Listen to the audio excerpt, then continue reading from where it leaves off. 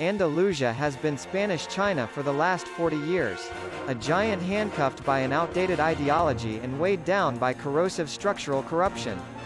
The question has never been whether the Andalusian potential would still be there when the PSOE was evicted from power, but whether the damage caused to the Andalusian institutional and business structure would prevent the region from standing up after freeing itself from its chains. Barely 2.5 years have been enough to clear up any doubts in this regard.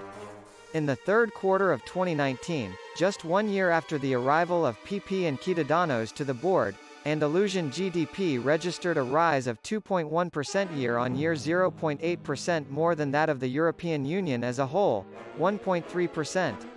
A second piece of information.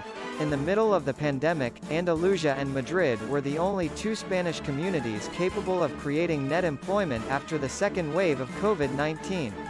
For 4 decades, the thesis of the Andalusian structural underdevelopment was wielded by its main officials as a gypsy curse that could only be carried out with assistance, paternalism and a lot of television folklore. What are we going to do?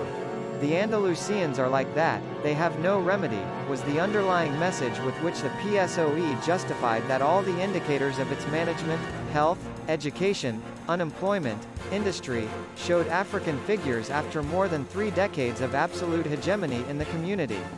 According to this thesis, Andalusian backwardness was not temporary, but structural, and only socialism could alleviate the situation to some extent by creating a clientelistic regime in the region that would alleviate, but not solve, the problem.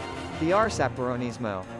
The contempt of socialism for its citizens, which endorsed all the topics of the most xenophobic Catalan nationalism about Andalusians, also concealed the main of the lessons that history teaches. Andalusia, it has historically been one of the main economic and cultural engines of Spain.